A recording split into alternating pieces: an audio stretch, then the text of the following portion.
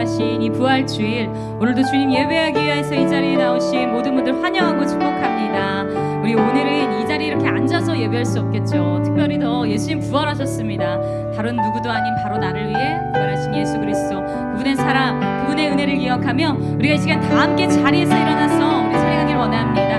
다 함께 자리에서 일어나 보실까요? 우리 고린도전서 말씀을 함께 읽도록 하겠습니다. 15장 21절에서 22절의 말씀입니다. 우리 고린도전서 15장 21절에서 22절 말씀 함께 읽도록 하겠습니다. 사랑이 한 사람으로 말미암아 벌도 한 사람으로 말미암는도다. 아담 안에서 모든 사람이 죽은 것 같이 삶을 얻으리라. 우리 22절만 한 번만 더 읽을게요. 아담 안에서 모든 사람이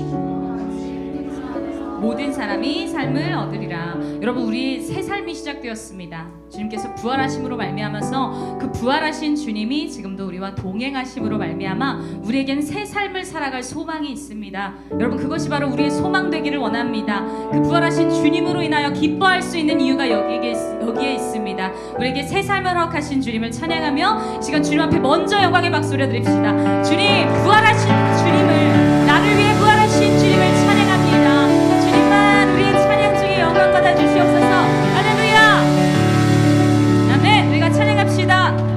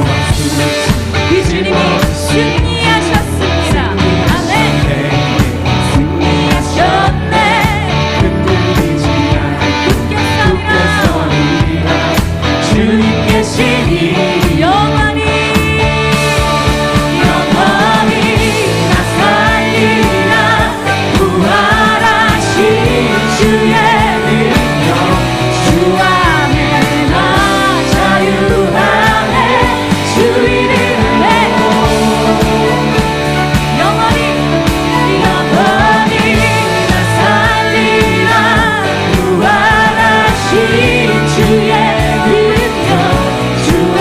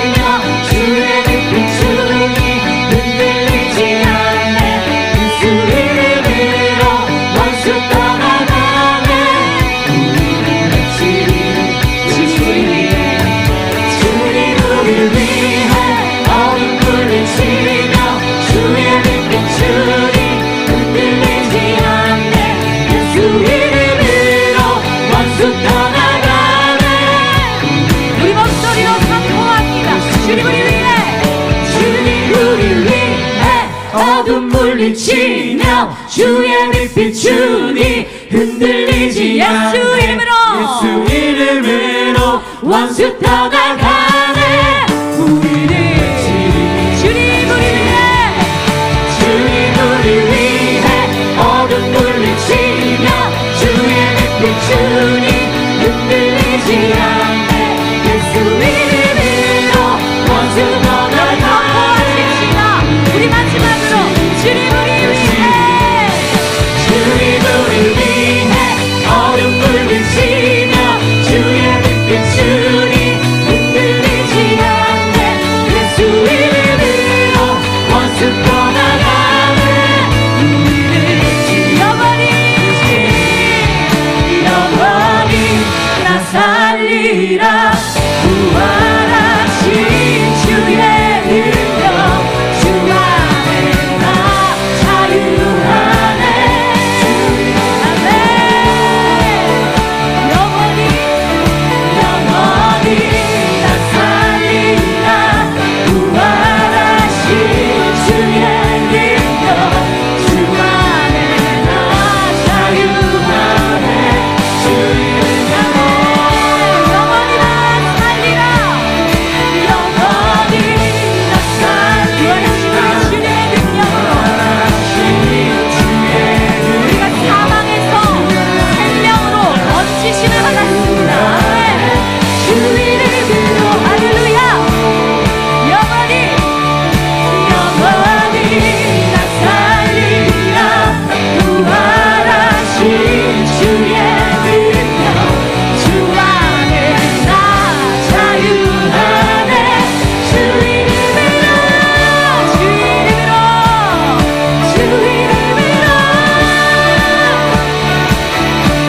이름으로 마지막으로 사모합니다. 주 이름으로 할렐루야.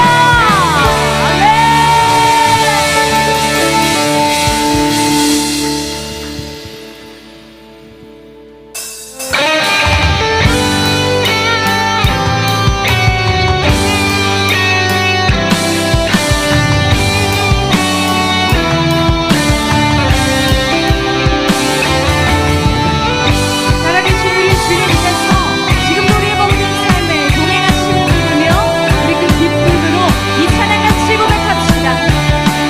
예수 살아계신 주, 예수 살아계신 주 지금도 역사하시네.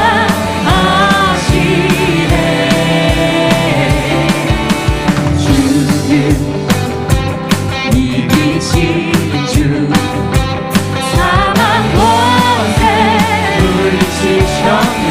예수 살아계신 예수 살아계신 주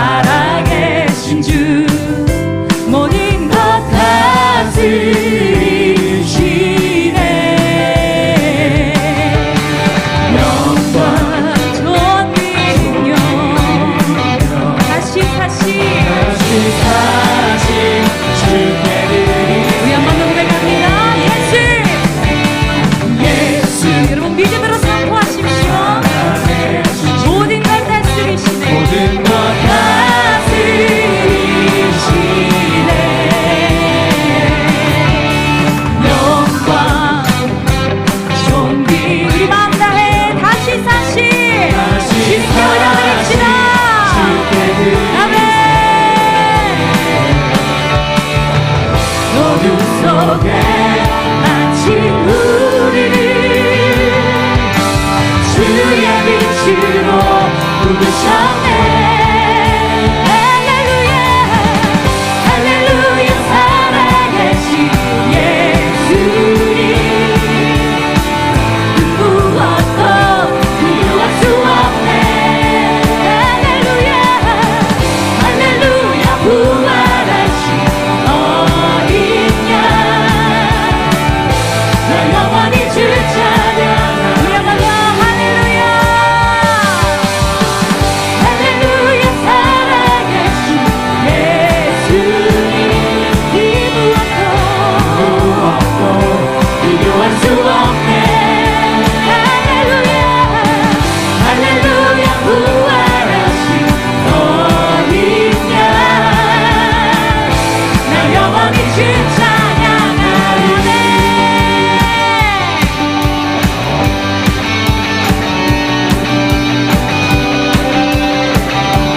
살아계신 어린 양 우리 주 예수님 영원히 주님 찬양하는 것이 우리의 소망입니다. 우리의 마음 받아주시고 이 시간 부활의 능력 부활의 기쁨이 부활의 소망이 우리 안에 회복되게 하여 주시옵소서. 우리 이런 마음으로 함께 고백합시다. 부활하신 생명의 주님 나의 삶에 승리 주시네. 주를 찬양 주를 찬양 부활하신 생명의 주님 나의 삶에 승리 주시네. 주를 찬양 주를 찬양 부활하신 생명의 주님 부활하신 생명의 주님 나의 삶에 승리 주시네. 주를 찬양 주를 찬양 할렐루야 할렐루야 살아계신 예수님 그 무엇도 비교할 수 없네. 할렐루야 할렐루야 부활하신 어린 양 나 영원히 주 찬양해. 나 영원히 주 찬양해. 나 영원히 주 찬양하네. 우리 할렐루야로 찬양합니다. 할렐루야 할렐루야 할렐루야 영광의 목소리 높여서 할렐루야 할렐루야 할렐루야 영광의 산 우리 마지막으로 고백합니다. 할렐루야 네 할렐루야 할렐루야 영광의 찬양 영광의 우리 마지막으로 영광의 찬양 주께 아멘. 영원히 높이 받으실 주님께 모든 영광과 존귀를 올려드립니다. 우리 그 주님 앞에 더욱더 큰 목소리로 우리 함성과 박수를 올려드립시다. 할렐루야 아멘 아멘.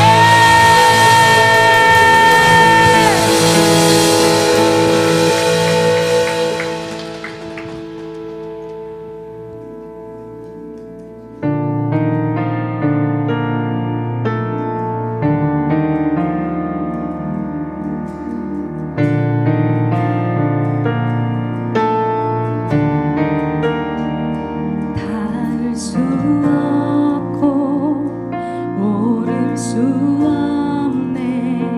사망의 권세 너희 누리 절망 가운데 하늘을 보며 주의 이름 나 부를 때 어둠을 뚫고 주님의 사랑 내 영혼을 비추시네. 모든 것 이미 이루신 주님 주 예수 내 산소가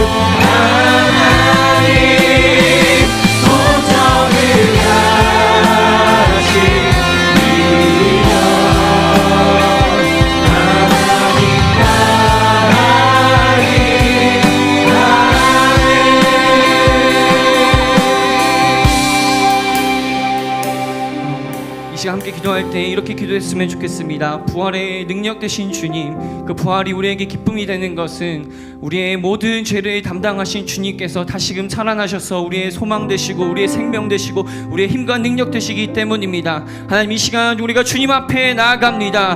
우리의 모든 죄를 짊어지시고 죄의 사슬을 끊으신 그 부활의 주님 앞에 나아가오니 우리로 하여금 오늘의 예배를 통하여 다시금 새 생명을 얻고 새 소망을 가지고 오직 주님만을 붙들고 나아가며 이 세상 가운데 나아가는 우리가 될 수 있도록 성령님 함께하여 주시옵소서. 단지 우리가 주님만을 따르는 것이 아니라 부활하신 주님을 이 세상 가운데 담대히 증거하며 그리스도의 증인으로서 살아가는 우리가 되기를 소망하오니 우리를 통하여 하나님의 나라를 선포하여 주옵시고 부활의 능력 되신 주님의 이름을 증거하는 우리의 삶이 될 수 있도록 성령님이 역사하여 주시옵소서. 이렇게 우리 주님의 이름을 소망하고 간절히 바라며 주님의 이름 한번 선포하고 함께 기도하며 주님 앞에 나아갑니다. 주여, 성령님 우리 가운데 찾아오사 아버지, 오늘 예배를 통하여 우리 모든 죄를 담당하신 예수 그리스도로 새 생명을 얻으며 주님 앞에 나아가 우리가 될 수 있도록 성령님 함께하여 주시옵소서. 우리 모든 삶과 우리 모든 인생을 주님께 올려드립니다. 다시금 피조물 같은 삶이 아닌 생명으로 새 시간 살아나 우리 삶을 주님 앞에 올려드리기를 소망하오니 우리의 삶을 통하여 살아계신 예수 그리스도가 나타나며 그리스도의 주민으로서 살아가는 우리가 될 수 있도록 성령님 함께하여 주시옵소서. 다시금 우리의 삶이 열정과 같지 아니하며 부활하신 주님의 이름을 따라나가는 우리가 되게 하여 주옵시고 우리의 모든 삶과 행동들을 통하여 아버지 하나님의 나라가 선포되어지고 부흥의 불길이 일어나는 우리 삶이 될 수 있도록 성령님 역사하여 주시옵소서. 성령님 우리 가운데 아버지 하나님의 놀라운 이름을 나타나며 증거하며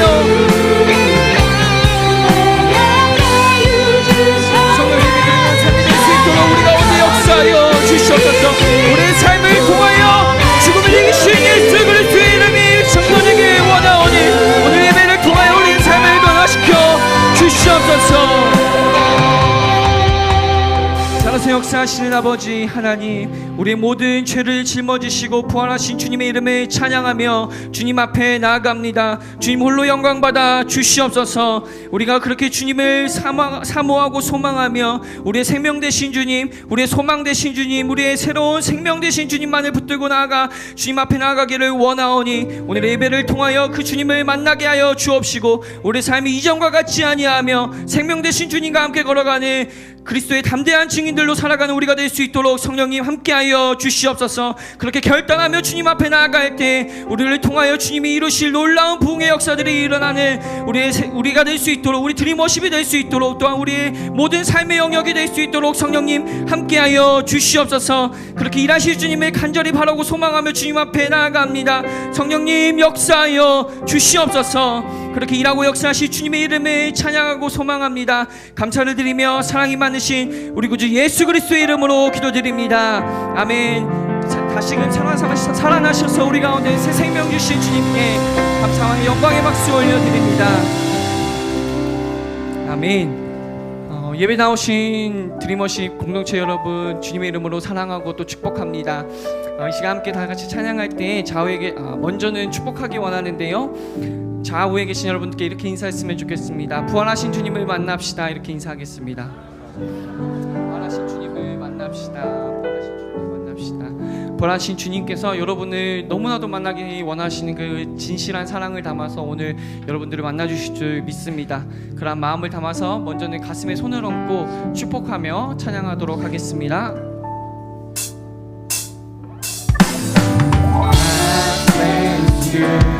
주님의 크신 은혜가 당신의 영혼 속에 가득 흘러넘치는 당신의 모든 몸과 마음 하는 모든 것을 지키시며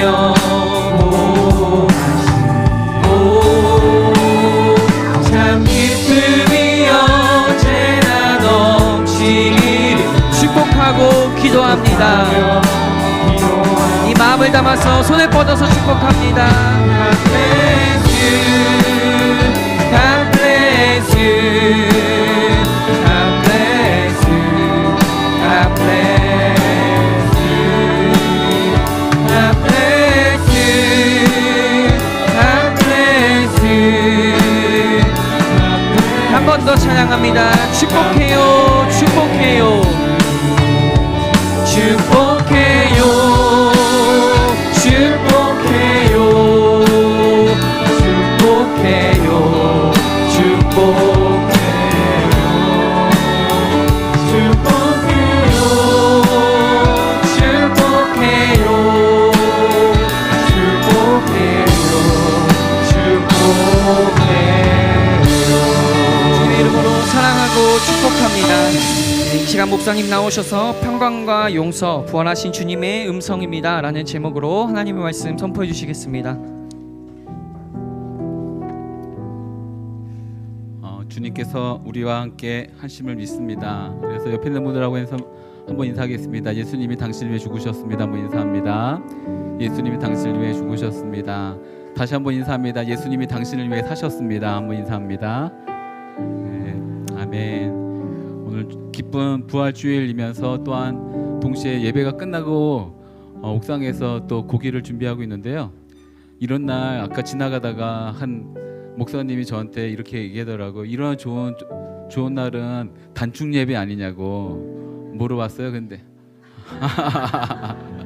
네, 저 멀리서 아멘이 설교 시간에 한 번도 나오지 않았던 아멘이 자발적으로 나온 걸 보니까 예. 근데 안타깝게도 제가 지금까지 그 대청 대학부 포함해서 설교한 것 중에 준비한 것 중에 가장 깁니다. 그래서 할렐루야, 아멘. 그래서 그 졸다가도 영혼의 귀는 여시고 그렇게 듣다가 정신 차리고 이따가 잘 드시길 빕니다. 말씀 봅니다. 누가복음 24장 36절에서 47절입니다. 누가복음 24장 36절에서 47절.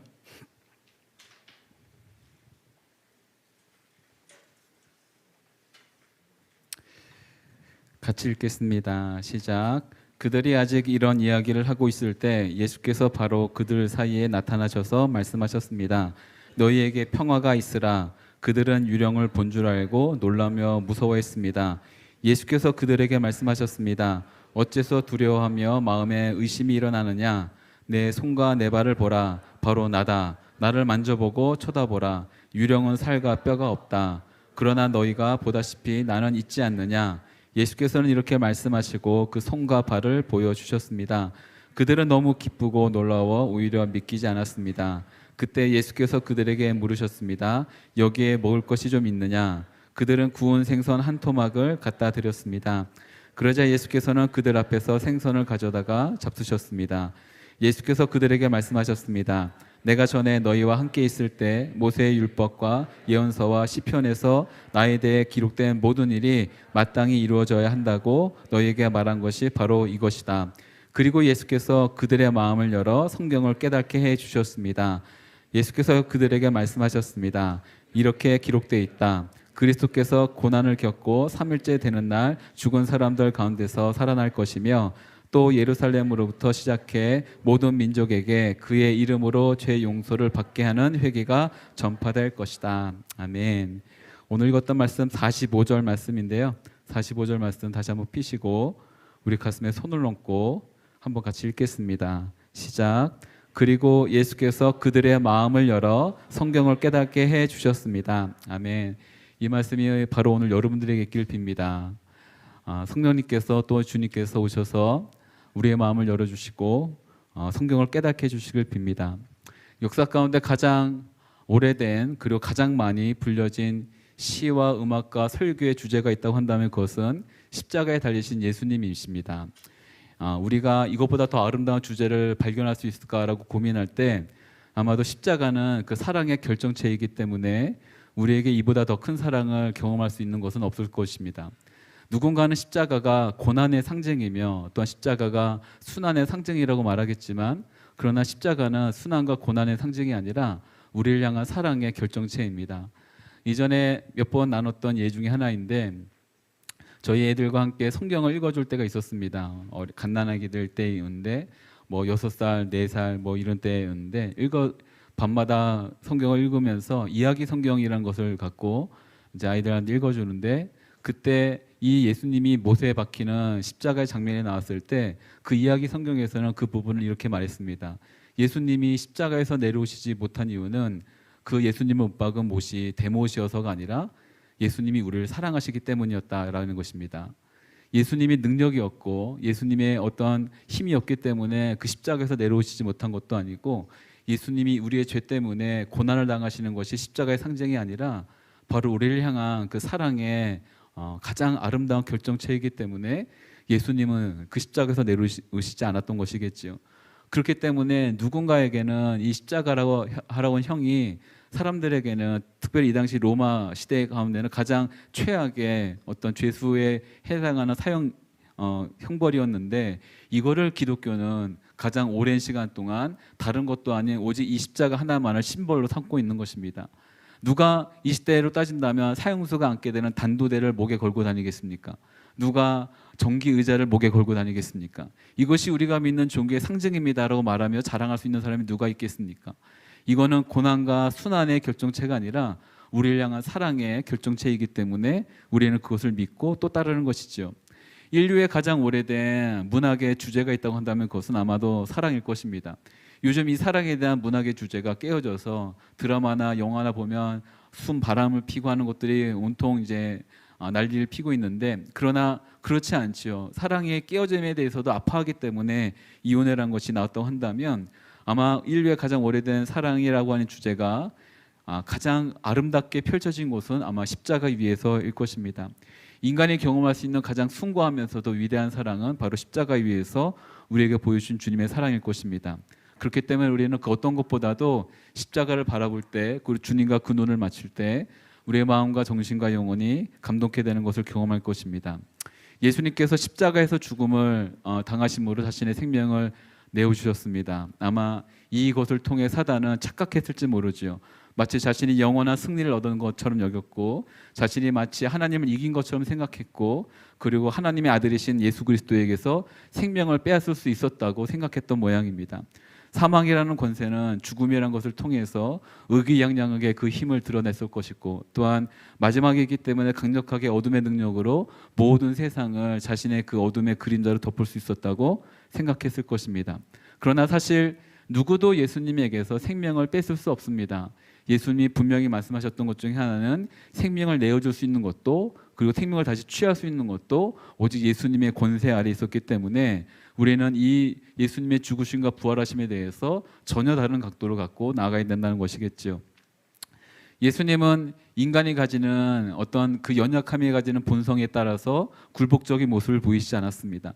어쩔 수 없이 고난을 당하시고 어쩔 수 없이 끌려가시고 어쩔 수 없이 죽음을 당하신 것이 아니라는 것입니다. 예수님은 아마 인간이 맞이할 수 있는 가장 죽음 가운데 잔혹하고 또한 격렬한 방식으로 죽음을 대면했겠지만 그러나 우리가 보일 수 없는 우리가 가질 수 없는 가장 순전하고 온전한 방식으로 그 죽음을 맞이하셨습니다. 그렇기 때문에 예수님은 죽음을 당하신 것이 아니라 죽음을 이기신 것이죠.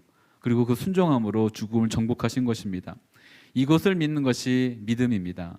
예수님의 죽으심과 살아나심을 믿는 것이 믿음입니다. 이 믿음을 갖고 설명할 때 많은 이들이 설명하는 것 중에 하나가 믿음은 마치 잉태하는 것과 같다는 것입니다. 아이를 잉태하는 것인데 아내가 하고 제가 새 아이를 가져봤을 때 분명하게 알 수 있는 한 가지는 아이가 언제 그 뱃속에 나타나는지 아무도 모른다는 것입니다. 추정할 뿐인 것이죠. 그리고 실제로 그 아이가 뱃속에서 나올 때까지 그 아이의 실체를 아무도 본 적이 없습니다. 그냥 나올 때까지 기다리는 것뿐입니다. 그러나 우리는 그 아이가 있음을 알 수 있죠. 왜냐하면 믿음이 있기 때문입니다.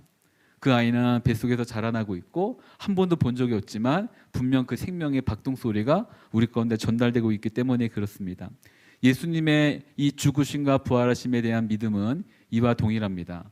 언제 우리 안에 들어왔는지 언제부터 우리 안에서 시작됐는지 아무도 모릅니다. 그리고 얼마만큼 자랐는지 어떠한 상태에 있는지 아무도 모릅니다. 누군가 영적인 초음파기를 대고 진단한다 할지라도 그것을 정확하게 알 수 있는 사람은 아무도 없습니다. 다만 예수님께서 우리 안에 계시기 때문에 분명한 한 가지 사실은 우리가 이 자리에 있다는 것이고, 누군가에 의해서 끌려오거나 밀려오거나 했다 할지라도 이 자리를 벗어나지 않을 수 있다는 것은 그 믿음이 이미 우리 안에서 시작됐다는 것이겠지요. 믿음은 예수님에 대한 이야기입니다. 예수님의 죽으심과 부활하심이죠. 이것이 우리가 갖는 믿음의 실체이고 또한 시작이며 본질이라고 한다면 이 믿음이 여러분 안에 이미 시작되었음을 믿으십시오. 받아들이십시오. 예수님의 죽으심과 부활하심을 믿으십시오. 예수님은 죄가 없으신 분이시지만 우리를 위해 죽으셨습니다. 그리고 나를 위해 죽으셨죠. 성경에는 죄의 삭은 사망이라고 말하고 있습니다. 이 사망이 우리 가운데 임해됐었는데 이 모든 사망으로부터 자유케 하시고 해방하신 주님의 능력이 이미 우리 가운데 있음을 믿는 것입니다. 그러나 다만 누군가를 위해서 죽는 성자, 위인, 좋은 사람 정도를 믿는다면 이 믿음은 반쪽짜리 것이 아니라 온전한 믿음이 아닌 것입니다. 우리가 믿어야 되는 것은 그분이 죽으셨다는 것뿐만 아니라 다시 살아나셨다는 것입니다. 그분이 다시 살아나셨다는 것을 우리가 믿습니다. 이 믿음에 이르는 것을 구원받았다고 말하고 이 구원을 받을 수 있는, 얻을 수 있는, 그리고 인도할 수 있는 유일한 것이 성경이라고 한다면 사랑하는 여러분 가운데 이 성경에 대해서 좀 더 적극적으로, 아니 진지한 마음으로 한 구절 한 구절 읽어보시는 것을 추천합니다. 물론 성경에 지루한 면이 없진 않습니다. 이 성경은 고문서입니다. 오래된 문서이죠. 아주 오래전에 저 먼 동방의 중동에서 쓰여진 책입니다. 근데 이 책을 갖다가 지금도 하나님의 말씀으로 읽을 수 있는 유일한 이유는 이 말씀이 지금도 살아서 역사하기 때문입니다.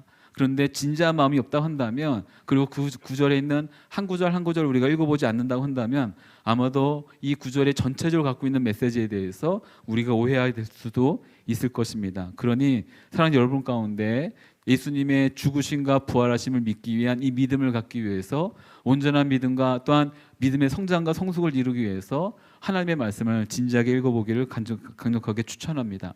그런데 간혹 가다가 이러한 질문을 한 사람이 있습니다. 성경이 정말 믿을 만한 것인가? 사실 예수님의 죽음과 부활하신, 죽으심에 대해서는 어느 정도 이해가 되는데 부활하심에 대해서는 도대체 사람이 다시 산다는 것이 가능한 것인가에 대해서 물을 때 그것이 정말 객관적인 증거로서 무엇이 있습니까로 물을 수 있을 때 우리가 사실 보여줄 수 있는 자료는 이 성경밖에 없습니다. 그렇다고 한다면 다시 돌아가서 성경이 믿을만 해야겠죠. 성경을 믿을 수 있어야만 합니다. 이 질문을 받을 때 오늘 초반부에 이 성경을 어떻게 믿을 만한 것인가에 대한 설명을 잠깐 하려고 합니다. 설교 준비를 마치고 나서 어제와 오늘 아침까지 제 주변에 있는 특별히 이제 이공 계열이 아닌 다른 인문학을 했던 아니면 신학 자체를 하셨던 목사님과 또 그런 분들 찾아가서 물어봤어요. 제가 몇 가지 수치를 말하니까 바로 고개를 절레절레 흔들면서 또 제가 말할 때 눈이 약간 번뜩였나 봐요. 그래서 이공계의 사람들의 이 약간 모모스러운 반응을 참 힘들다고 말하면서 듣기 싫다고 이제 귀를 막고 돌아가는 걸 봤는데 이런 일이 있을지 모르지만 그럼에도 불구하고 제가 지금까지 설교를 하면서 단 한 번도 이런 수치를 말하고 통계를 말하고 뭐 확률을 말하고 한 적이 한 번도 없었기 때문에 아마 없었던 거예요. 숫자를 막 나열하고 했던 적이 없기 때문에 한 번쯤은 들어보는 여러분들에게 부탁드립니다. 가장 먼저는 성경 자체가 갖고 있는 신비함에 대해서 설명을 하려고 합니다. 많은 사람들이 일단 노력을 많이 했겠죠. 가장 최근의 기록을 따진다면 2007년에 크리스 해리슨이라고 하는 약간 학자가 있습니다. 그 사람이 신학자 아닙니다. 학자가 루터교 목사였던 크리스토퍼 롬 하일드라고 하는 사람에게 이메일을 받습니다. 성경과 성경 안에서 어떤 연관이 있는가, 또 어떻게 연결이 되어 있는가에 대해서 연구하고 이것을 시각적으로 보여주면 좋겠다라는 어떤 제안을 받고 그가 이제 열심히 작업을 하면서 만들어낸 것이 있습니다. 바이블 크로스 레퍼런스라고 하는데요. 잠깐만 그래픽 하나만 보여주시죠. 이런 그림입니다. 그림을 보시면 하단 쪽에 선이 하나 있고 그 선 밑으로 흰색과 검정색이 보이고 있죠. 너무 작은 그림이기 때문에 그런데 맨 왼쪽부터 보면 창세기 1장 1절부터이고 맨 오른쪽 끝에 보면 요한계시록 22장 21절까지의 구절수입니다. 그런데 교차해서 흰색과 검정색의 교차해서 나타나는 겁니다. 근데 흰색과 검정색이 교차하는데 거기 있는 이 깊이 뎁스는 구절 수에 비례한 겁니다. 그래서 중간쯤 보면 흰색이 깊게 내려간 게 있잖아요. 그쵸? 보이시죠? 저기 레퍼런스가 끝나는 그 끝부분에 흰색이 쭉 깊게 내려가는데 그 구절은 아마도 가장 긴 구절인 시편 119편으로 보여집니다. 이렇게 쭉 나열되는 겁니다. 위에 있는 그러면 포물선을 그리는 이 곡선들은 무엇이냐면 성경에 연결되어 있는 어떤 것을 먼 거리일수록 이런 색깔로 차별화해 갖고 보여준 겁니다. 근데 하나가 아니라 하나에서 여러 개씩 서로 교차해서 보여주고 있죠. 이 수가 몇 개냐고 따져보니까 수가 무려 63,799개입니다. 다시 한번 말씀드릴게요. 69,799개. 이공계열들은 이제 숫자 갖고 하는 걸 좋아하기 때문에 69,799개.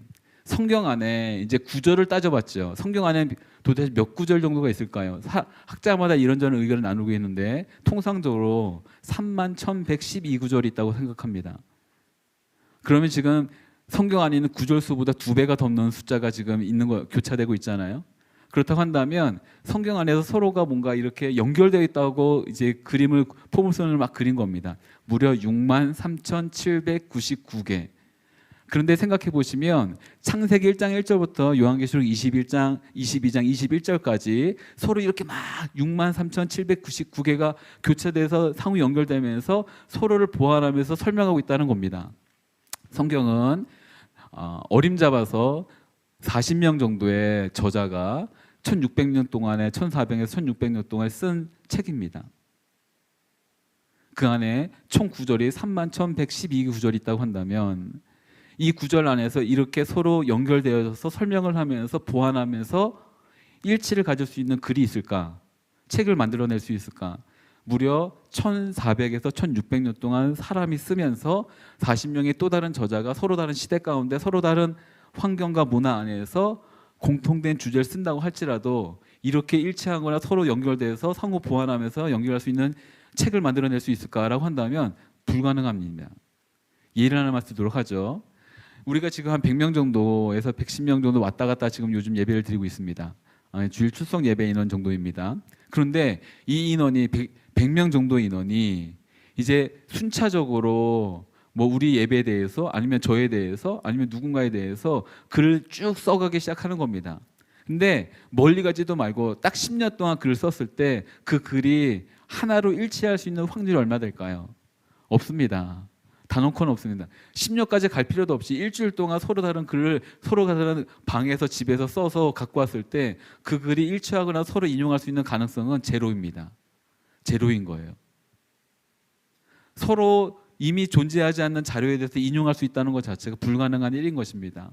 그러니 성경이라고 하는 책, 이것에 어떤 내용이 담겨 있는지 모르지만 성경이라고 하는 그 책 자체가 갖고 있는 신비성과 신뢰성은 엄청난 것입니다. 근데 이 책에서 다루고 있는 내용들이 무엇이냐면, 특별히 구약성경에서 다루고 있는 내용이 무엇이냐면 예수님이라고 하는 한 분이 올 것인데, 그리스도가 올 것인데 그 그리스도는 이런 어떤 모양으로 올 것이다라고 예언을 했습니다.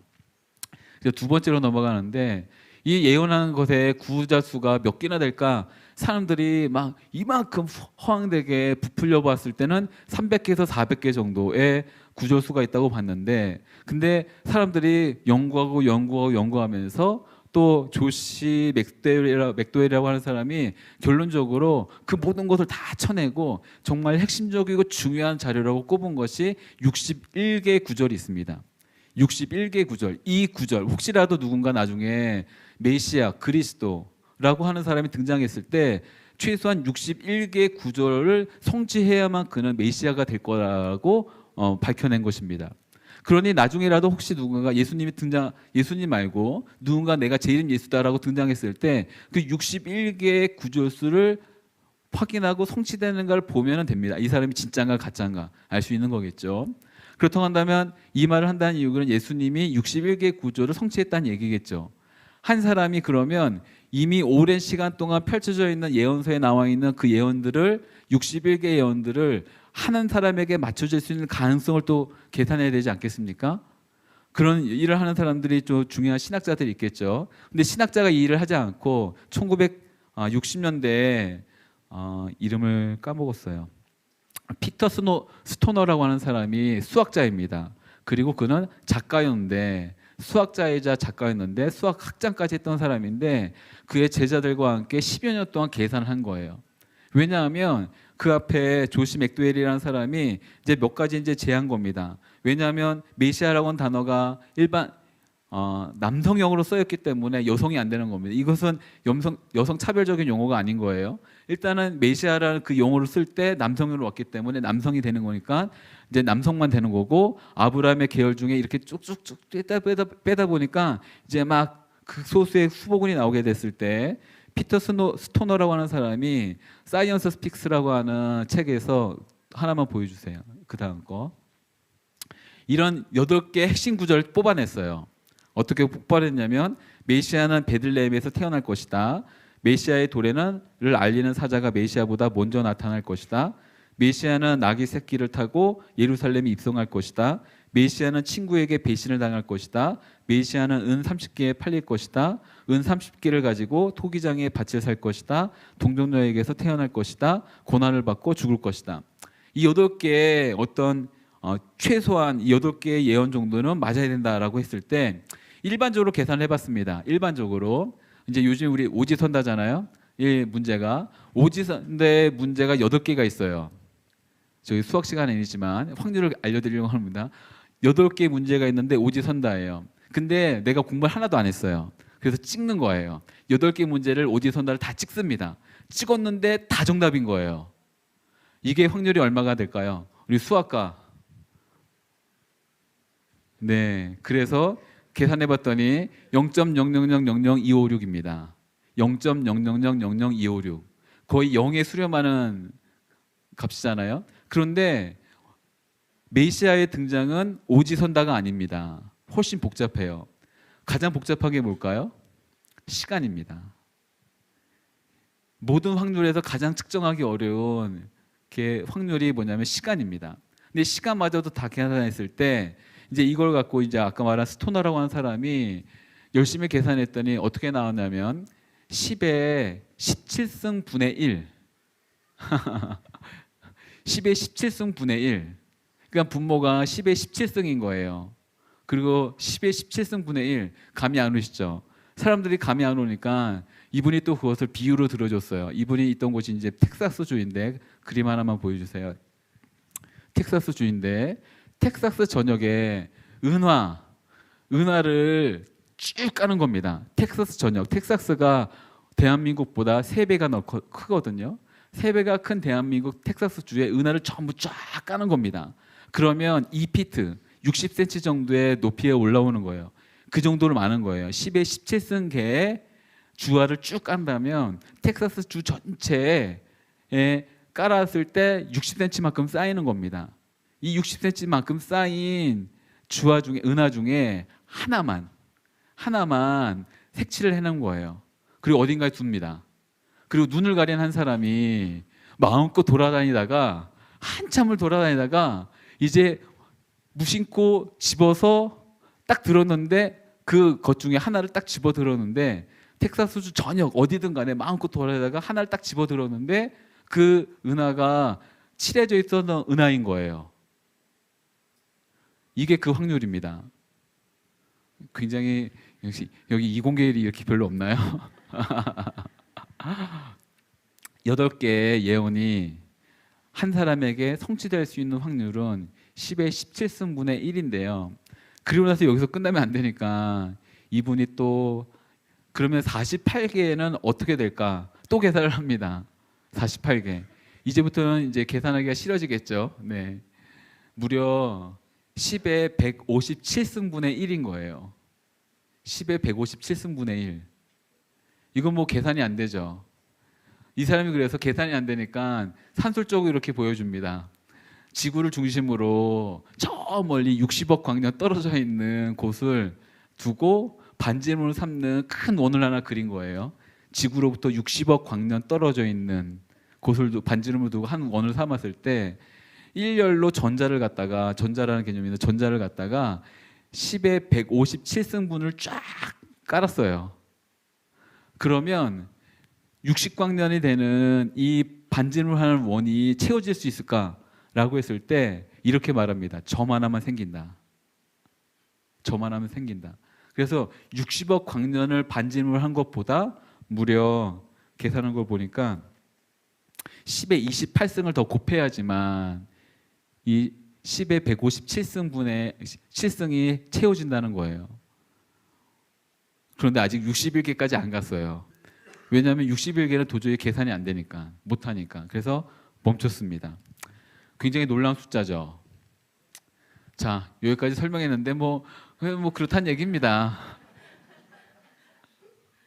이 말은 여러분들이 한두 개의 예언을 갖다가 예수님이 성취하려고 그 예언을 보고 노력하셨다고 한다면 이제 뭔가 그렇소, 뭐 인간이 뭐 그렇게 된 거 아닌가라고 생각해 볼 것인데 의심할 만한데, 예수님이 베들레헴에서 태어나신 것을 결정하시지 않으셨습니다.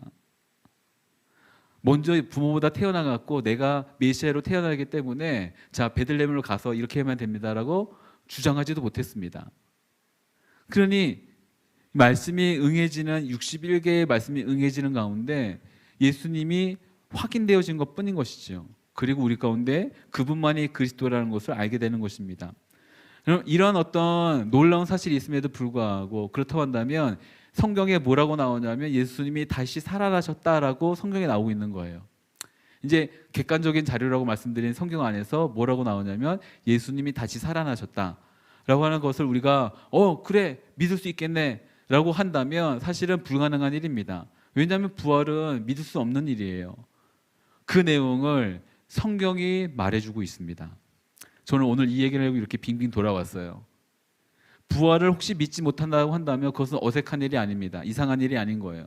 왜냐하면 예수님의 제자들이 예수님의 부활을 믿었는가? 그렇지 않습니다. 예수님의 제자들이 예수님의 부활을 기대했는가? 그렇지 않습니다.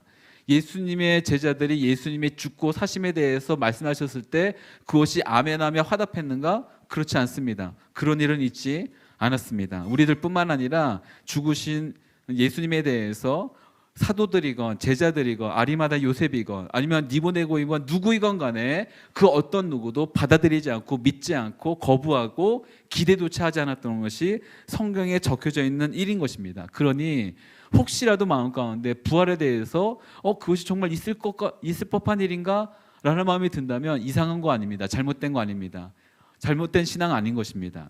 당연히 있는 일들입니다. 다만 오늘 읽었던 말씀 가운데 있었던 다시 한번 읽었던 말씀처럼 주님께서 혹시라도 믿지 못하는 연약한 마음을 갖고 있는 우리 가운데 찾아오셔서 마음의 문을 열어주시고 성경이 말하고 있는 그 모든 것들을 받아들이고 깨닫게 해주신 놀라운 역사가 있기를 빕니다. 그렇기 때문에 오늘 우리가 함께 나눌 말씀의 가장 핵심은 그렇게 믿지 못하는 제자들을 예수님이 찾아가 주셔서 만나 주셨다는 것입니다. 믿지 못하는 상태, 받아들이지 않는 상태, 기대하지 않았던 상태에 있었던 제자들을 예수님이 굳이 한 사람 한 사람 찾아가서 만나 주시고 이끌어 주셨다는 것이겠죠. 가장 먼저 만나 주신 사람은 무덤에 머물러 있었던 여인들입니다.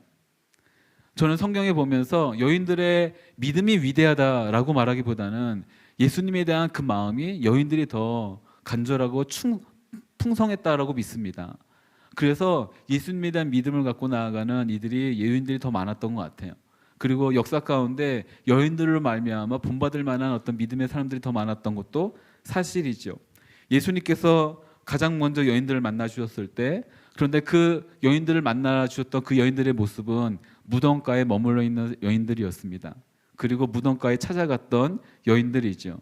가장 먼저 만나 주셨던 막달라 마리아도 빈 무덤에서 여전히 울고 있는 여인의 모습이었을 것입니다. 여인들이 왜 가장 먼저 무덤에 갔을까? 아마도 향료를 바르는 것 때문이 아닐까라고 고민해 봤는데, 향료를 바르는 것은 이미 끝났기 때문에 그냥 사랑하는 사람에 대해서, 그의 죽음에 대해서, 이제 함께하지 않음에 대해서 애도하기 위해서 아마 여인들은 찾아갔을 것이고, 막달라 마리아는 끝까지 더 그 시간을 갖고 있었던 것으로 보여집니다. 그분에 대한 생각, 그분과 함께 향유했던 좋았던 추억들, 그리고 최소한의 의무를 지키기 위해서 무덤에 간 것이죠. 이전의 기억이든 상처든 좋았던 기억이든 간에 여전히 무덤에 간 여인들의 모습은 과거입니다. 과거이기 때문에 그녀들에게는, 이 여인들에게는, 이 사람에게는 아직 내일이 없습니다. 미래가 없다는 것이겠죠. 과거에 묻혀 사는 사람들이 있습니다. 과거의 추억이든 상처이건 그것 가운데 머물러 있는 사람들이 있죠. 때로는 자기 감정과 자기 연민에 빠져 있는 사람들도 있고, 스스로를 불쌍히 여기거나 혹시는 반대로 지나치게 자기를 보호하는 사람들도 있습니다. 어쩔 때는 자신을 이렇게 만들어버린 세상에 대해서 한탄하는 사람들도 있고, 울어야지만 마음이 좀 풀어질 것 같아서 그렇게 울고만 있는 사람들도 있지요. 신세 한탄이든 후회이든 원망이든 불평이든 그렇게 늘 무덤에 찾아가는 사람들이 있습니다. 죽은 이에 대해서 길이고 끝났다고 생각하는 그 상황 가운데 여전히 머물러 있는 사람들이 있지요. 그런데 이런 무덤 자체를 가지 않는 예수님의 최측근 제자들도 있습니다. 그러면 이 사람들보다는 차라리 예수님의 그 무덤이라도 간 사람이 나은데, 가지 않은 제자들의 모습을 보니까 이런 거예요. 예수님의 제자들은 가기가 참 미안했던 것 같습니다. 그렇죠. 예수님이 배신당하실 때 도망갔던 사람들이 있고요. 예수님의 죽음 가운데 나는 예수님이 확신을 차서 예언해서 말씀해 주셨음에도 불구하고 나는 그렇지 않을 겁니다 라고 했던 그 다짐이 하루가 지나지 못해 그 확신이 물거품처럼 사라지는 것을 경험했던 제자들도 있었을 것입니다. 그러면서 도망치고 나약함에 빠져 울고 원망했던 그런 모습들을 가지고 있는 제자들이 있죠. 이 모든 사람들의 공통적인 확신이 하나 있습니다. 그것은 무엇이냐면 끝났다는 것입니다. 이들이 갖고 있는 분명한 확신이 있습니다. 예수님이 죽었다는 것이고, 자신들이 걸었던 기대는 사라졌다는 것이고, 모든 상황은 이제 종료됐다는 것입니다. 그 누구도 이것을 바꿀 수 있는 이는 없다는 것이 그들이 유일하게 붙잡은 확신인 것입니다. 아무런 일도 일어나지 않을 거야 라고 믿었던 것이겠지요. 그나마 예수님의 그 무덤이 비어있다는 것을 듣자 달려갔던 베드로의 모습이 있기도 합니다. 요한의 모습도 있긴 하죠. 그러나 그들은 비어있는 무덤만 보고 돌아왔을 뿐입니다. 예수님이 다시 살아나셨다는 것에 대한 믿음을 가진 것이 아니라 그냥 무덤이 비어있네, 누군가 전해준 무덤이 비어있다는 사실만 확인하고 돌아왔다는 것이겠죠. 열거했던 이 모든 일들 가운데 혹시라도 무덤에 가는 모습, 아니면 가지 않는 모습, 아니면 무덤에 가서라도 정작 봐야 될 것을 보거나 믿지 않고 여전히 그 과거의 상태 가운데 머물러 있는 모습을 갖고 있는 이들이 있다고 한다면, 가장 먼저는 칭찬했던 이 여인의 모습을 사랑하는 여러분 가운데 가지게 되기를 빕니다. 그래도 비어있는 무덤이라도 가서 보십시오. 무덤이라도 가서 보십시오. 그렇다고 한다면 비어있는 무덤이 여러분께 하는 데는 부활하신 그 주님을 만날 수 있는 기회가 될 것입니다. 그리고 그 비어있는 무덤이 우리에게는 이제 부활의 상징으로 바뀌게 될 것입니다. 시작은 될 것이지만 완성을 이루는 것은 주님이 우리 가운데 함께 하시기 때문에 그렇게 되겠죠. 사랑하는 여러분 가운데 추억에 깃들어 있는 사람이라 할지라도 그 추억의 장소라도 가십시오. 그러면 주님은 그곳을 기억해 주시고 여러분을 다시 만나 주실 줄 믿습니다. 그래서 이제 막혀 있었던 그 무덤의 문이 열려 있는 것을 확인하십시오.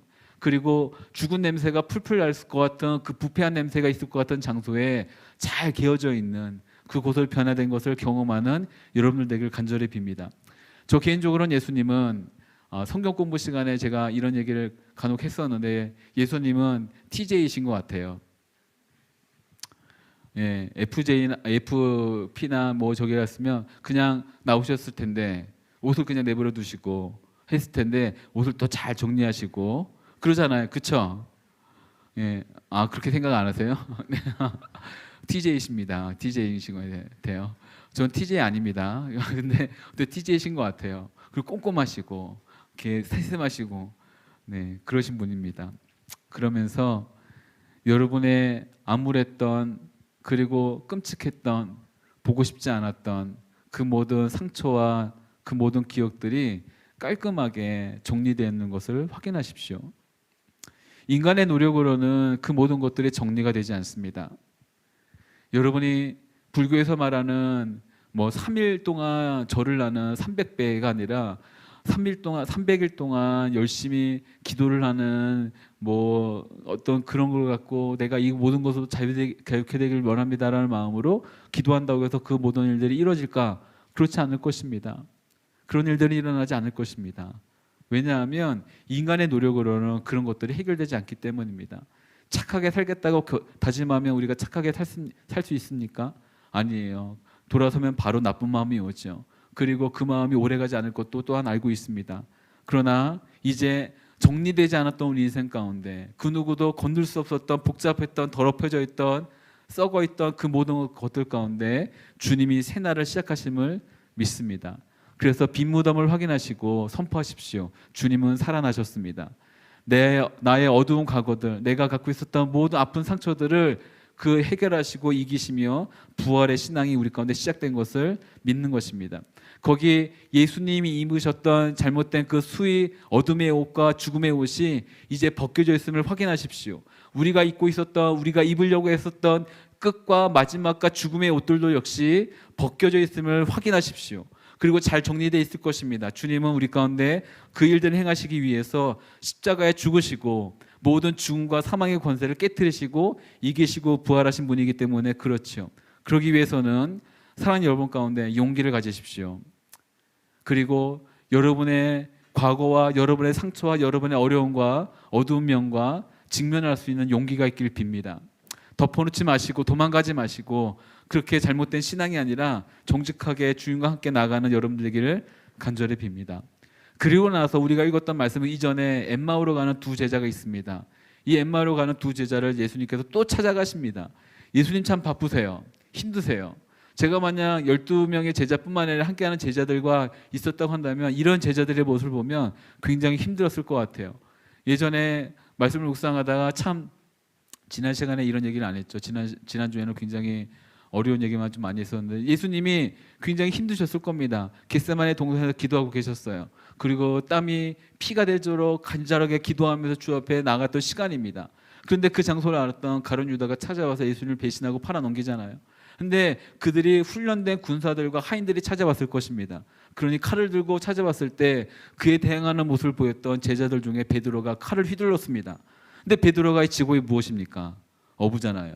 어부가 열심히 했던 칼질이라고는 생선의 배를 따는 것 정도였을 텐데 그러니 익숙하지 않고 이 새벽 미명에 휘두르니까 아마 베드로는 그렇게 하려고 했던 것이 아니지만 본인은 그 사람 한 사람이라도 어떻게 해코지 하려고 했는데 해코지를 못하고 어떻게 했나요? 귀를 잘랐어요. 근데 그 떨어진 귀를 또 예수님이 어떻게 하셨냐면 주워서 붙여주셨어요. 이 모습이 굉장히 우스꽝스럽게 여기지 않습니까? 예수님이 자기를 잡으려는 사람들한테 바로 나다! 라고 하시고 나서 이제 베드로가 막 이러고 있으니까 어떻게 하십니까? 또 어둠 가운데 더듬거리시면서 귀를 찾아가고 붙여주시면서 제자들은 도망갈 수 있도록 여유를 주시고 막 이런 겁니다. 그리고 또 예수님이 부활하셨는데 하나같이 믿지 않고 그러고 있는데 그들 중에 11명의 제자는 아니었지만 그 그룹에 속할 만큼의 강력한 제자들 그룹 중에 2명이 이탈해서 또 딴 데 가고 있으니까 또 찾아가셔갖고 길 가운데 계속해서 말씀해 주시는데 어떤 일이 일어납니까? 못 알아보는 거예요. 못 알아봅니다. 그러니까 예수님이 끝까지 같이 걸어가 주십니다. 끝까지 같이 걸어가 주시다가 마지막에 어디 숙소인지 집인지 들어가셔서 식사할 때 그들의 눈이 띄어집니다. 저는 그때 이 말씀을 보고 알았어요. 아, 먹어야 되는구나. 먹어야 되는구나. 그래서 우리가 먹는 겁니다. 할렐루야. 저는 예수님이 아닙니다. 그런데 위에서 여러분 같이 드실 때 성령께서 갑자기 허기진 우리의 뱃속을 채워주시는 것뿐만 아니라 공허하고 비어져 있는 우리의 영혼과 그 머릿속의 생각들 가운데 마음들 가운데 회복시켜 주시고 채워주셔서 주님의 놀라운 그 사랑으로 깨닫게 되는 일들이 있기를 간절히 빕니다. 그래서 그 제자들이 이제 돌아옵니다. 돌아와서 다 모여 있을 때 예수님이 등장하셔서 하실 말씀이 오늘 읽었던 누가복음 24장 36절 말씀입니다. 같이 읽도록 합니다. 36절 말씀 같이 읽도록 합니다. 시작.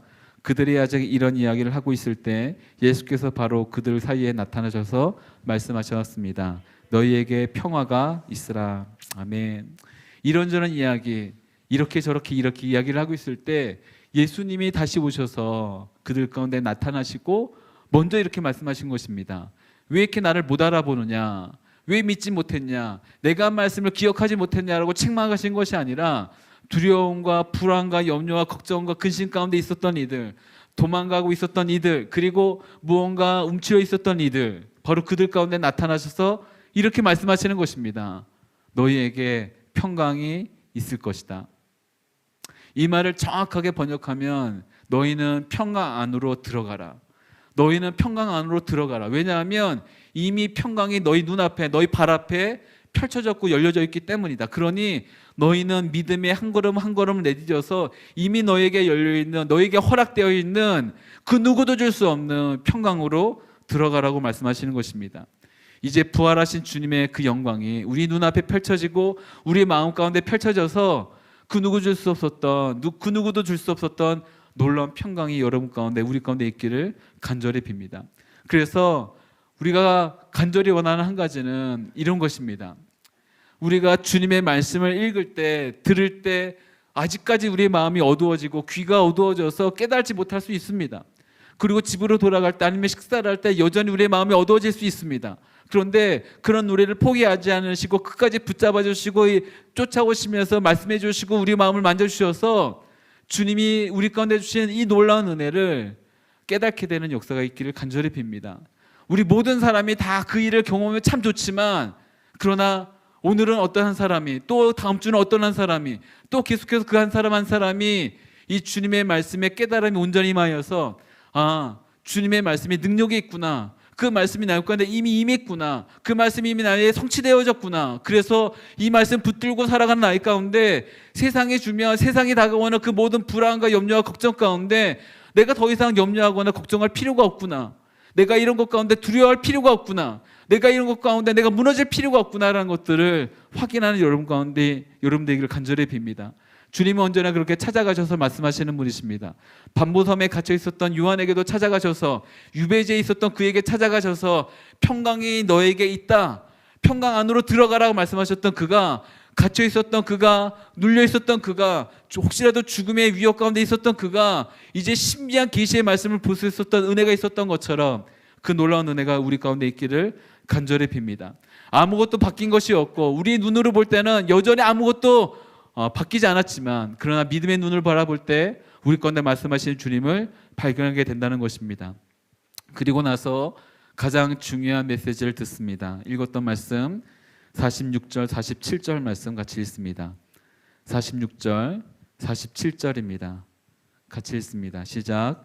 예수께서 그들에게 말씀하셨습니다. 이렇게 기록되어 있다. 그리스도께서 고난을 겪고 3일째 되는 날 죽은 사람들 가운데서 살아날 것이며, 또 예루살렘으로부터 시작해 모든 민족에게 그의 이름으로 죄 용서를 받게 하는 회개가 선포될 것이다. 전파될 것이다. 아멘. 이 말을 이렇게 바꿉니다. 십자가에서 죄에 대한 하나님의 무한한 용서가 선포되어졌습니다. 우리를 향한 주님의 그 무한한 용서가 선포되어졌다는 것입니다. 용서를 받는 것을 갖다가 은혜라고 한다면 하나님의 놀라운 은혜가 우리 가운데 주어진 것이지요. 성경이 말하는 중요한 진리 가운데 하나는 우리 모두가 다 죄인이라는 것입니다. 이것에 대해서 일부가 좀 이렇게 거부 반응이 일어날지 모르겠습니다. 그러나 오늘 교회를 시작하셨던 하용조 목사님이 이런 재미난 말씀하셨습니다. 우리 모두는 흰 옷을 입은 죄인과 검은 옷을 입은 죄인일 뿐입니다. 흰 옷을 입었다는 것은 착한 일을 좀 많이 한 죄인인 것이고, 검은 옷을 입었다는 것은 좀 많은 더 눈에 보이는, 사람들 눈에 보기에도 나쁜 마음을 품고 살아갔던 사람들의 모습인 것이겠죠. 근데 결론은 같습니다. 흰 옷을 입건 검은 옷을 입은 건 모두 다 죄인이라는 것입니다. 괜찮아 보이는 척 하는 것뿐인 것이지 사실은 모두 다 죄인이라는 것이겠죠.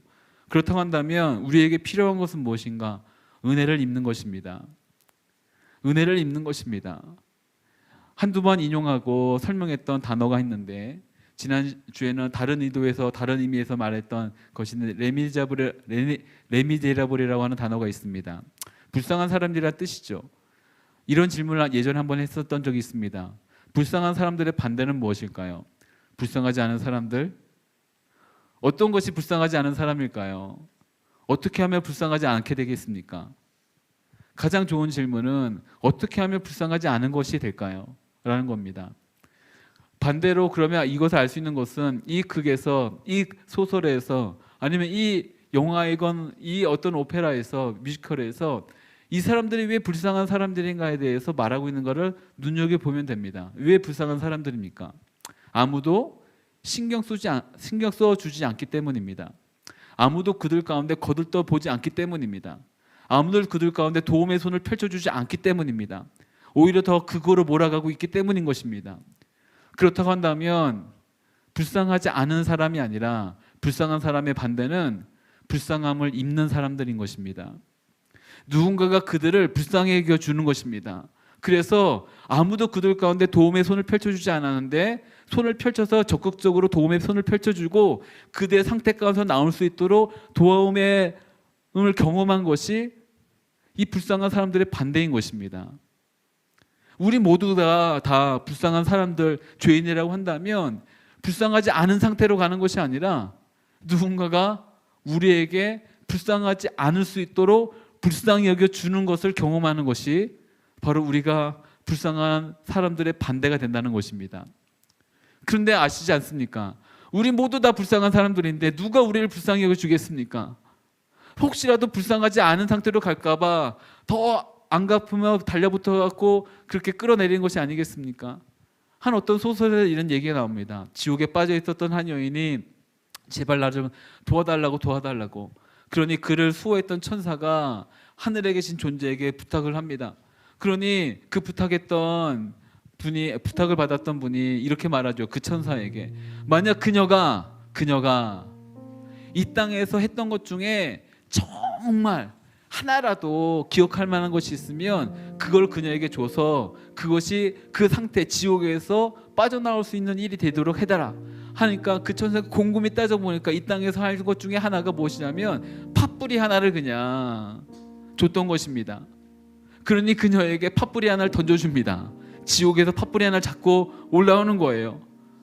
그런데 왜 그녀가 지옥에 빠질 수 없었는가를 알게 되는 사건이 나옵니다. 그 팥불에 붙잡고 있는 그녀가 막 들려 올라갈 것처럼 보이니까 사람들이 다 달라붙은 거예요. 그래서 나도 데려가달라고 합니다. 불쌍하죠. 다 불쌍한 사람들인 거잖아요. 근데 만약 그녀가 거기서 그래 한번 우리도 같이 가보자 라고 했으면 다행이었을 텐데 안타깝게도 그녀는 거기서 나만 살겠다고 뿌리치면서 몸부림을 치니까 아시지 않습니까? 이 연약한 팥뿌리가 하나가 지탱할 수 있었겠습니까? 끊어졌지요. 그러니 다시 지옥의 나락으로 떨어집니다. 이게 우리들의 모습입니다. 저 사람이라도 구원받으면 참 좋겠다라고 해서 막 도와주고 하는 것이 우리들의 모습이 아니라 사실은 그냥 서로 깎아내리고 붙잡고 하고 경쟁하고 비교하고 공격하고 하는 것이 우리들의 모습이죠. 그러니 인간 세계에서 누가 내가 다른 누군가를 불쌍히 여겨 주겠습니까? 근데 그런 우리를 불쌍히 여겨 주셔서 은혜를 베풀어 주시고 우리가 어찌할지 못하는 그 죽음을 친히 감당하시고 근데 그것을 끝내지 않으시고 우리가 짊어질 수밖에 없었던 그 죽음을 깨뜨리시고 이기시고 승리하셔서 부활하신 주님이 오늘 우리 가운데 이렇게 말씀하십니다. 내가 너를 사랑한다. 내가 너를 용서한다. 이 은혜가 우리 가운데 찾아옵니다. 이 은혜는 우리가 기나긴 고통 속에서 쉼을 얻지 못할 때 갑작스럽게 찾아올 것입니다. 이 은혜는 우리가 무의미하고 공허한 삶을 지속적으로 살아가고 있는 그 순간에도 갑작스럽게 우리 가운데 찾아올 것입니다. 이 은혜는 우리가 사랑했던 혹은 반대로 소외받았다고 했던 누군가로부터 내가 상처 입었기 때문에 그와 내가 단절되고 분리되고 더 이상 이런 관계가 회복될 수 없었다고 생각하는 바로 그 순간에 찾아올 것입니다.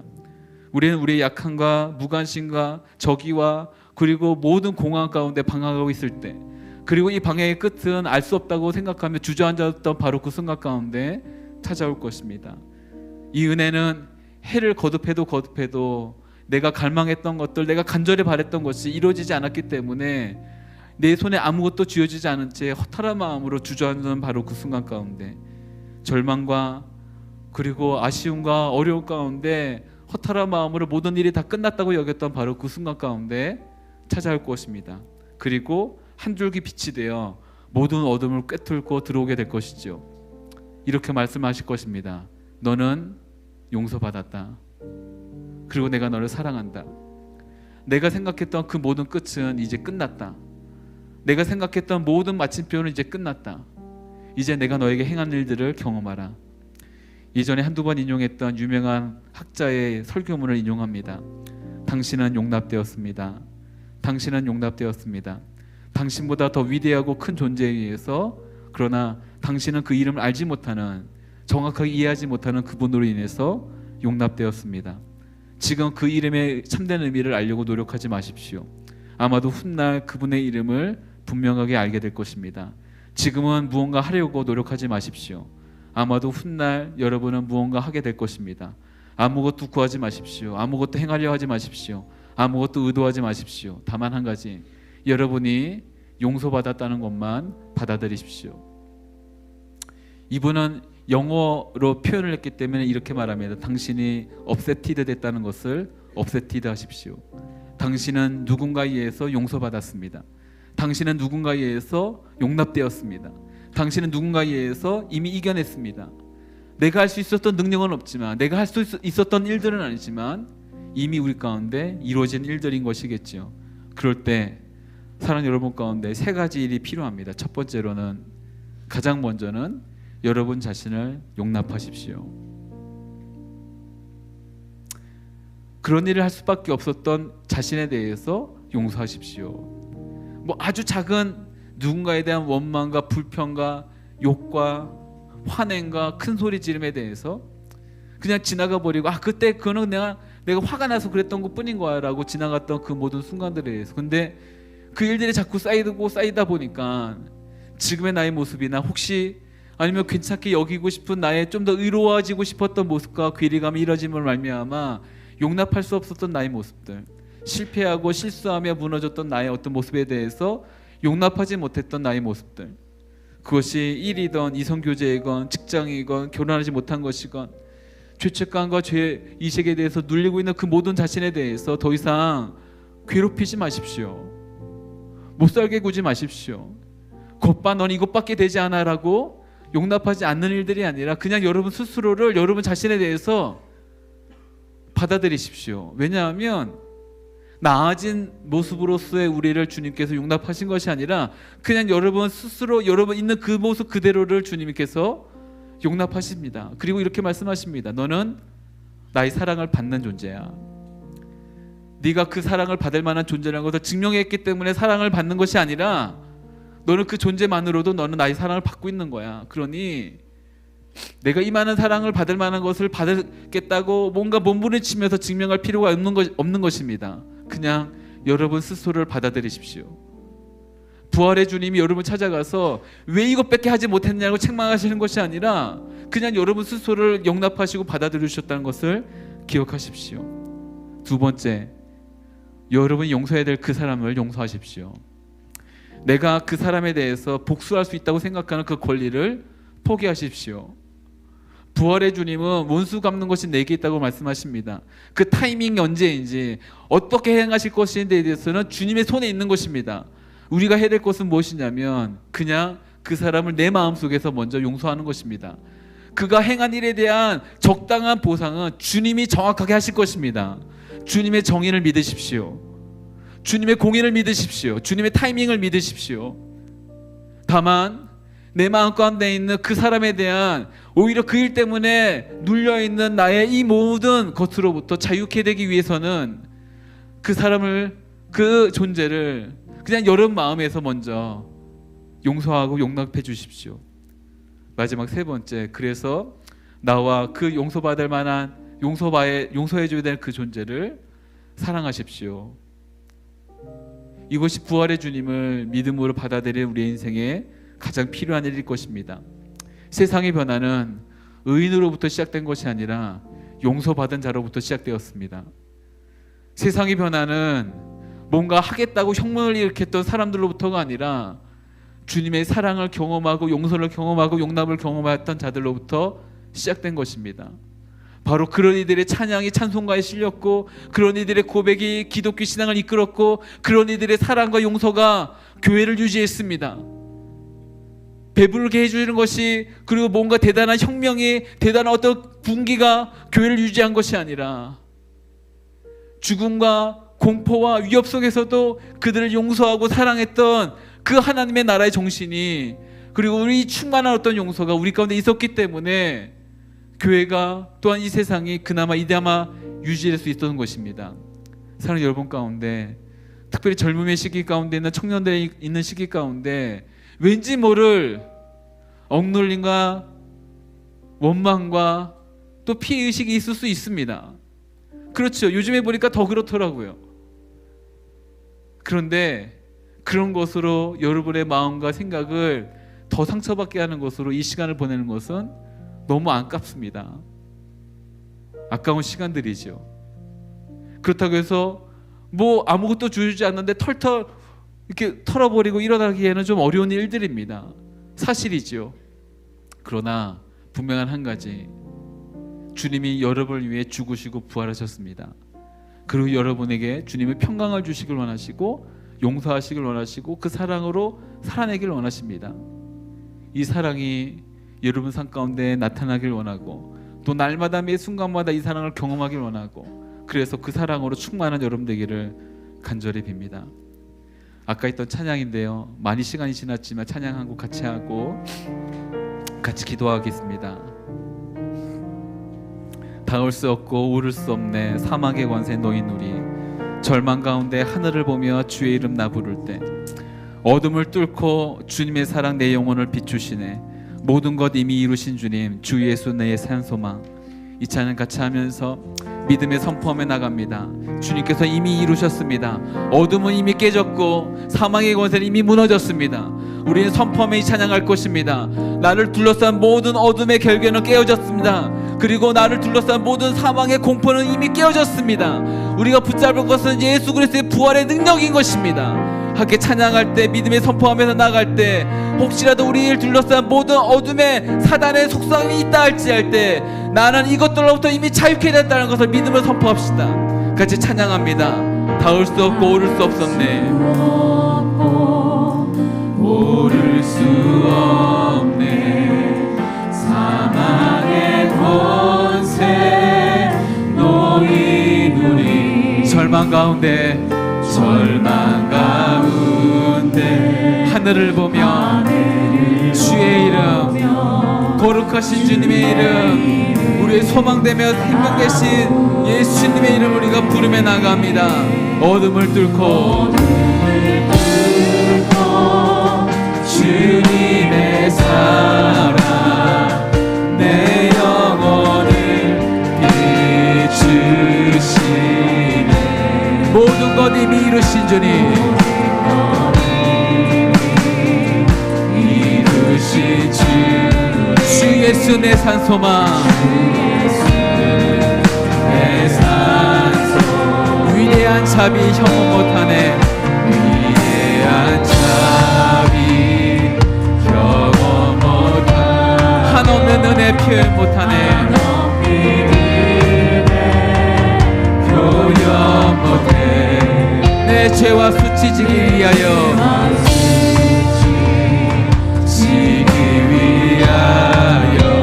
이 땅에 주님 오셨습니다. 주의 십자가 날 구원하사, 아멘. 날 구원하사 왕의 자녀 삼으셨네. 선포합니다. 나는 이미 영원한 주님의 소유된 자입니다. 주님의 소유, 주 예수 내 산소망. 주님을 찬양합니다. 할렐루야. 할렐루야. 주의 이름 찬양해.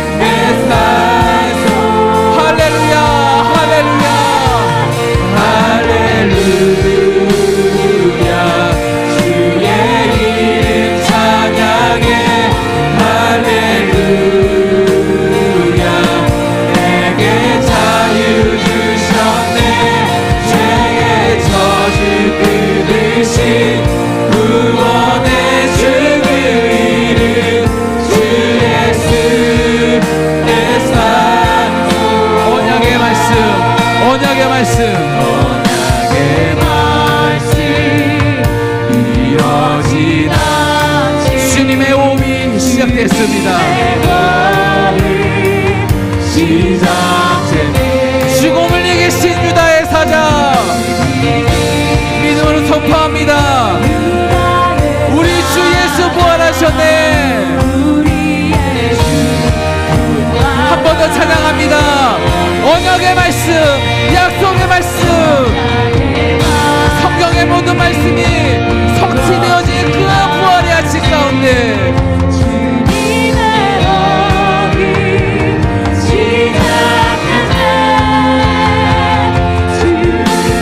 주님께서 죽음과 사망과 모든 어둠의 권세를 깨뜨리시고 이기셨습니다.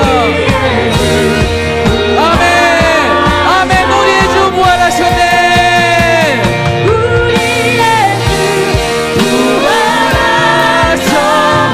우리의 주 부활하셨네.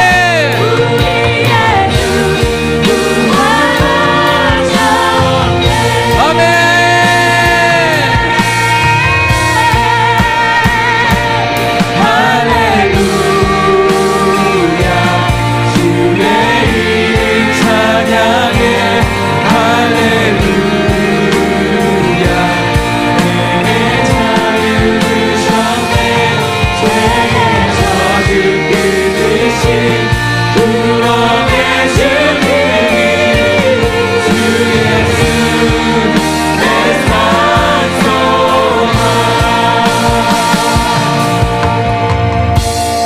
사랑하는 여러분, 이 시간 한번 더 같이 기도할 때 우리 가슴에 손을 꼭 기도합니다. 이렇게 기도합니다. 모든 죽음의 권세를 주님께서 깨뜨리셨습니다. 내 안에 있었던 모든 어둠의 그 그늘마저도, 사망의 그림자마저도 주님께서 깨뜨리셨습니다. 그러니 이미 우리는 살아있는 사람입니다. 산자입니다. 살아나려고 노력할 게 아니라 이미 산자임을 선포하는 것입니다. 사단은 끊임없이 찾아와서 우리를 넘어뜨리고 유혹에 빠뜨려 그렇게 말할지 모릅니다. 한번 살아나려고 노력해봐.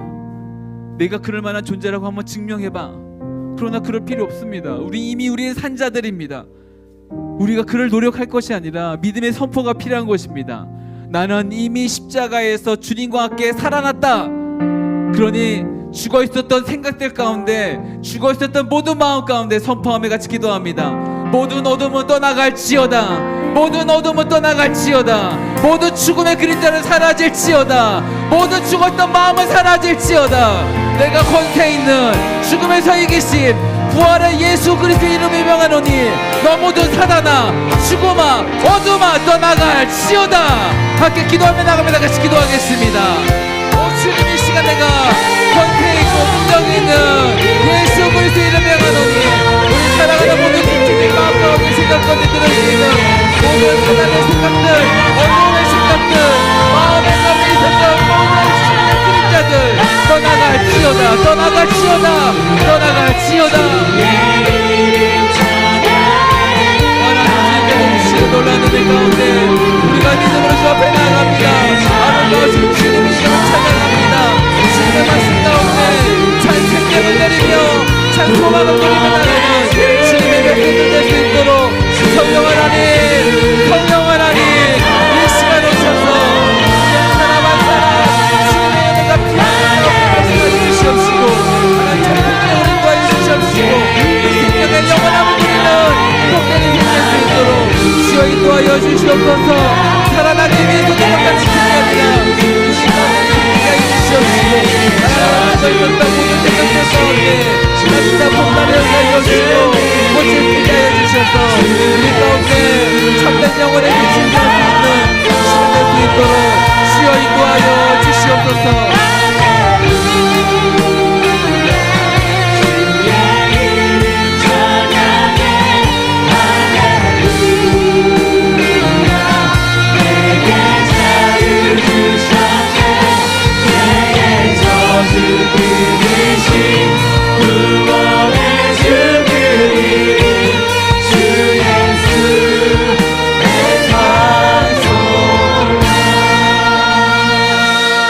마지막으로 한번 더 같이 기도할 때 그 자리에서 다 같이 일어나 기도합니다. 같이 일어나 기도할 때 특별히 우리뿐만 아니라 우리 함께 살아가는 모든 우리 청년 세대를 위해서 같이 기도합니다.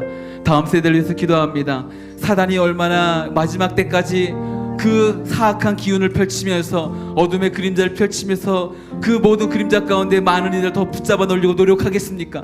그러나 우리에겐 믿음의 선포가 필요합니다.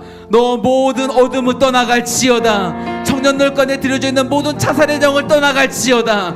모든 어둠의 결계는 깨어질지어다. 모든 그 죽음의 그림자마저 사라져 오직 빛의 강력 가운데 나아가는 영광의 빛대 주 앞에 나아가는 회복이 있을지어다. 함께 선포하며 주의 이름을 간절히 부르며 기도하며 나갑니다. 같이 기도하겠습니다. 주여, 이 세대를 붙잡고 있는 어둠의 그림자가 있습니다. 하나님 잘못된 생각들이 있습니다. 하나님 모든 어둠의 결계를 깨뜨리시는 주님의 권능이 하나님 이 시대 가운데 우리 청년들 가운데 이 젊은 세대 가운데 남은 세대 가운데 있기를 원합니다. 주여, 우리를 붙잡아 여겨주시옵시고 우리를 포기치 말아주시옵시고 그냥 우리를 내버리지 말아주시옵시고 당신의 놀라운 사랑으로 우리를 붙잡아 주시옵소서. 주의 종의 간절히 구하며 나갑니다. 우리 가운데 죽음의 영이 들어진 너희들이 있습니까? 사망의 그림자 가운데 하나님의 자리를 보고 있는 이들이 있습니까? 하나님 한 가지 생각 가운데 하나님 그 지도자 가운데 하나님 그 지도자 이들이 있습니까? 오 주님, 당신의 손을 펴주십시다. 회복이 있게 해주시옵소서. 하나님 살아남이 있게 해주시옵소서. 회복이 있게 해주시옵소서.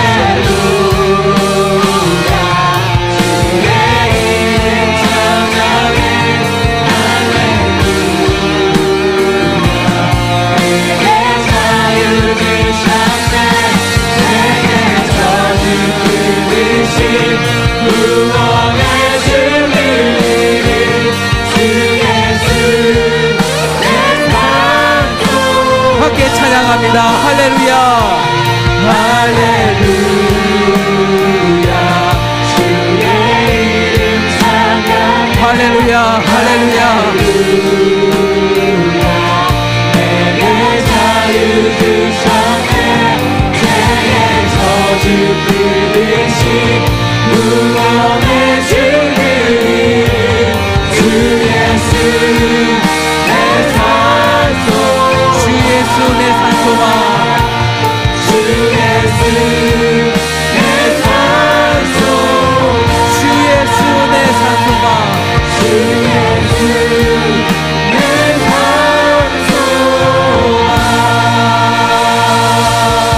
할렐루야, 할렐루야.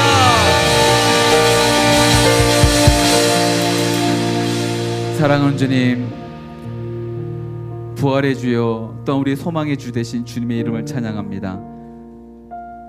우리를 위해 죽으셨지만 그 상태 그대로 머물러 계신 것이 아니라 모든 죽음과 사망의 권세를 깨뜨리시고 다시 부활하신, 다시 사신 아름다우신 주님의 이름을 찬양합니다. 주님 홀로 영광 받아 주옵소서. 주님이 부활하셨음에도 불구하고 여전히 무덤으로 가고 있는 일이 있습니다. 아니면 그 무덤조차도 가지 못해 그 자리에 주저앉아 버린 인생이 있습니다. 미안한 마음이지만 그러나 이미 주님이 부활하셨음에도 불구하고 그것을 받아들이지 않고 있는 이들도 있습니다. 우리를 사랑하신다는, 그러기 위해 죽으시고 다시 부활하신다는 그 약속의 말씀이 이미 성취됐음에도 불구하고 그 약속의 말씀을 받아들이지 못하고 있는 이들도 있습니다. 지금 당장은 아니라 할지라도 사랑하는 주님, 주의 종이 간절히 빌고 구하오니 우리 사랑하는 지체들의 인생 가운데 머지않은 바로 그때 찾아가 주셔서 부활하신 주님이 친히 그 따뜻한 마음으로 다가가 주셔서 죽어 있었던 생각들 가운데, 무너진 마음들 가운데, 깨어진 심령 가운데 주님 회복과 부활의 역사가 있게 하여 주옵소서. 생명과 소망을 누리게 하여 주옵소서. 주님의 이끄신 가운데 온전한 그 삶을 위탁하는 일들이 있게 하여 주옵소서. 주님께 받은 은혜 감사하여 구별된 예물을 주 앞에 드리며 나갑니다. 주님 기뻐 받아 주옵시고 이것이 사용되어지는 모든 곳들마다 하나님의 나라가 나타나게 하여 주옵시고 부활과 생명과 소망만이 드러나는 일이 있게 하여 주옵소서. 이제는 우리 주 예수 그리스도여 나와 하나님의 놀라우신 그 사랑하심과 성령님의 교통하심과 역사하심이 죽으심과 부활하심을 믿는, 또한 그 믿음으로 살아가길 원하는 이 자리에 고개 숙인 모든 하나님의 사람들 머리 위에 선교사님과 그 가정과 모든 선교제 위에 지금부터 영까지 함께 하시기를 간절히 축원하옵나이다. 아멘. 우리 부활의 주 소망이 되신 예수님의 이름을 높여드립니다. 능력의 그 이름 예수 이름 거기세 구원의 그 이름 예수 이름 부르는 자 예수 이름 믿는 자 예수 이름 앞에 나오는 예수 자 이름 앞에 나오는 자 복이 있도다. 우리 하나님께 큰 감사와 영광을 돌려드립니다. 할렐루야.